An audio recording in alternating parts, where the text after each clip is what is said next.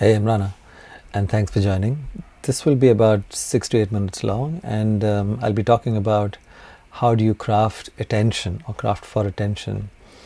In some sense, this is the most precious commodity there is right now. We're all zoomed out, we have very little attention left, and you're competing for attention the same way that television is competing for uh, your learners' attention. So, how do you do it? And there is a clue in what I said.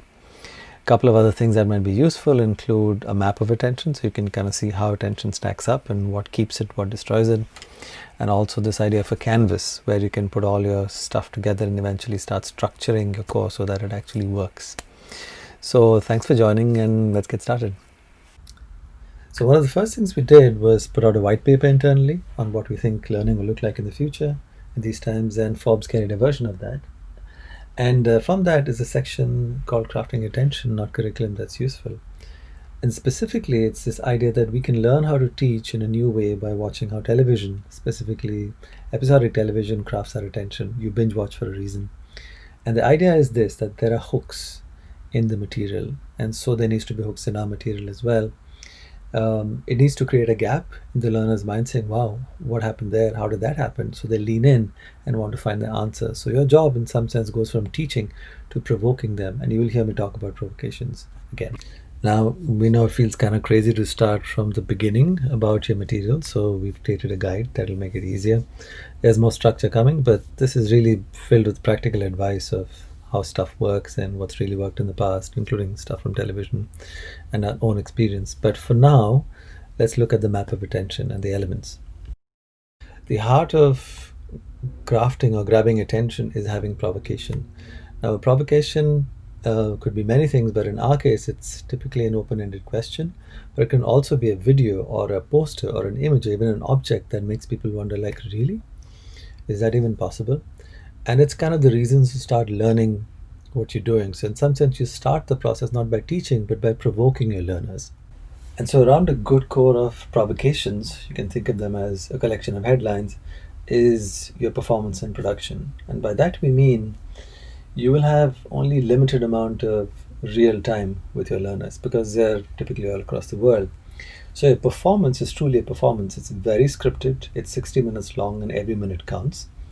But you may have a lot more time between sessions, or the learners have a lot more time between sessions. So a lot of your material may also be produced, which is to say they're recorded in 5 to 8 minute episodes and available for people later. So in some sense, what you're doing is setting up the conditions for learning, giving them the essentials for learning in the session, and then giving them the materials afterwards. So this is kind of a blended hybrid classroom models where you are trusting that they're capable of learning, but you're setting the foundations while they're with you in class. So the next layer of crafting attention for adult learners is this idea of mini projects. Now, what's different from young learners is that adults learn best through projects. That's not new. But you have mini projects. These things last about a day, maybe a day and a half. And because you're teaching in this 1 hour seminar style, with small groups, give them something to do at the end of the first seminar that has to be done before the next seminar, which allows them to practice what you've taught and build muscle memory. So our thesis is that all learning is basically muscle memory, where it's code, cooking, compassionate communication doesn't quite matter. It's all muscle memory. So they must be able to internalize what you've done by having them do it yourself. And we've designed the curriculum and the schedule so that it happens. Now, a part of that, of course, is to give them resources so that in case they need help and it's at some odd hour, they have resources. So curate resources, very few, maybe 5 links that are useful. Sometimes they're hints, sometimes they're materials to read, but also be available for coaching. And we call this the working session, where after you teach, at the end of the day, you're available for a working session where they're going over the material that they're supposed to do and the things they're supposed to do. And if they have any kinks in the learning, they can actually clarify with you before they get going. So they have a really good start to the day. And the last layer of the attention map is the team teach and assessment. All this means is in this environment, learning is best done in groups. So we form groups of people who are assigned not just their own assignments, which is the mini projects, but also a certain set of questions that they have the duration of a seminar is typically a week, to work through, and they do it any way they like. They can ask you questions, they can research it, you give them resources, but on Friday they teach it back to them, to other group members, and in that process you give them an assessment. And this is just what did you like and what do you think could be better. So not only have they done stuff, but you also check the rigor and the integrity of the learning by giving them critique, and that's what that is about. Which then leads us to the inquiry canvas, which is how you put all of this together in some sort of a structure that you can use to design your course. Now, I won't go into the details of the canvas. There is a worked out example which I will make a separate video on. It's on compassionate communication. This one's just to get to know what the canvas is like.